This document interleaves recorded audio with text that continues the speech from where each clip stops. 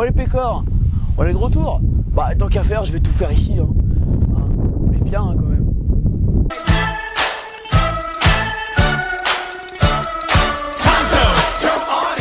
Bon, j'ai dit qu'on parlerait foot italien, c'est maintenant. Le comeback de la Serie A, réellement. Moi qui suis un adorateur un peu de ce championnat, on a eu une année de Serie A de foot italien vraiment belle. La Juve est champion, quelle surprise me direz-vous? Bah ouais, c'est pas une surprise, mais il a fallu quand même que les Bianconeri montrent quelque chose.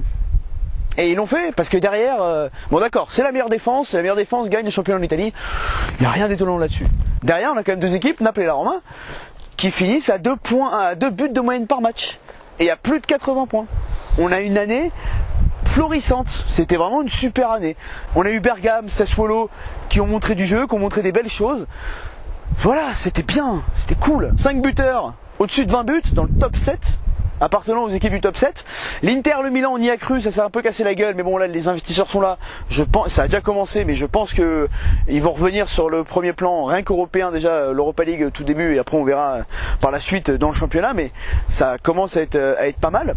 Sassuolo, comme je vous ai dit, ainsi que le Torino, c'est des équipes qui jouaient au foot.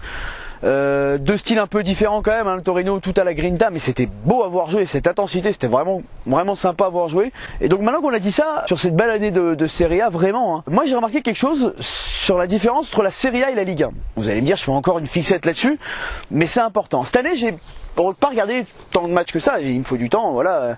J'ai regardé des longs formats un peu partout, j'ai regardé des résumés de matchs un peu longs dès que je m'intéressais, mais j'ai surtout regardé les grosses affiches italiennes. Juve Inter, Juve Roma, les derbys de Milan, les derbys de Rome, le gros, le sel, le Juve Torino aussi. J'ai regardé donc le sel, les gros matchs. Et il y a un truc qui m'étonne toujours, c'est que ce championnat est capable de nous sortir des grosses affiches impressionnantes. Une intensité. Les joueurs, dès qu'on met les spotlights sur eux, dès que la lumière arrive sur eux, ils se transforment. Et ça, je pense qu'en France, on ne sait pas encore bien le faire. Élever le niveau à ce point. Et c'est comme avec la sélection nationale. Dès qu'ils sont en compétition, dès qu'ils rentrent dans une phase finale, terminé. Ils sont injouables. Ils galèrent parfois à se qualifier. Là, ça va être le cas dans la poule de l'Espagne. Mais une fois qu'ils seront à la Coupe du Monde, ça va être dur. On sait déjà que ça va être dur d'affronter l'Italie. Le championnat italien, à tous les niveaux, dès qu'il y a une affiche, un derby, quelque chose, ça monte. Ça monte en gamme, ça monte en intensité. Donc voilà, ce qui manque, c'est les matchs à vita o morte en France. C'est juste ça qui manque. Allez, c'était court, mais c'était bien. Ciao a tutti, commence a sentire la fatica come? Buonanotte, coro condita.